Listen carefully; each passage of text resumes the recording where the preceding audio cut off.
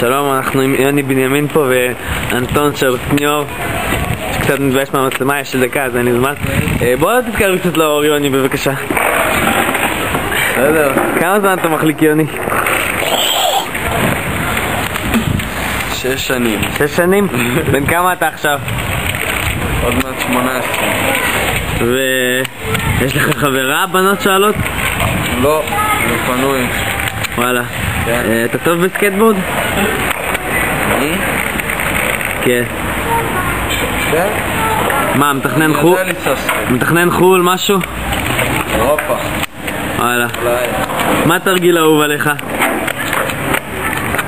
אני אגיד רוסי. ומי הסקייטר הכי אהוב עליך? בארץ או בעולם? כן. בעולם? בעולם? כן. המון. אפשר לבחור. ובארץ?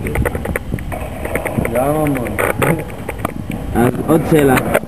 שאלה קטנה לסיום. נו. אבל תן איזה תשובה מותחת יענו, תשובה טובה לצופים. נו. מה, אתה מתכנן איזה בנגרים בזמן הקרוב? וואלה. יש איזה פארט שאתה עובד עליו עכשיו?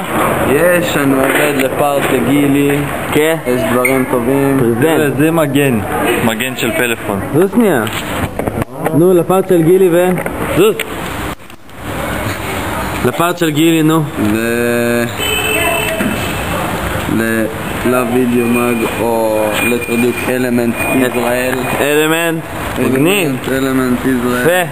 נו, ולא אמרת, הצופים רוצים לדעת אם יש איזה בנגרים. סוויט צ'יל ב-13. רוסי ב-13.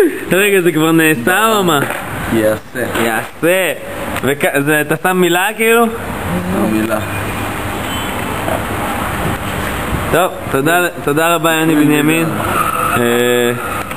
תודה רבה.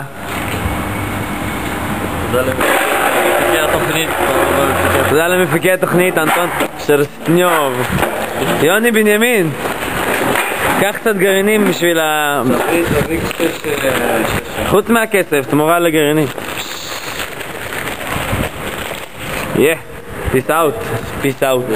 אני הייתי מאיר וזה מגזין B7 Cruise Skateboarding for Life. נגד peace out.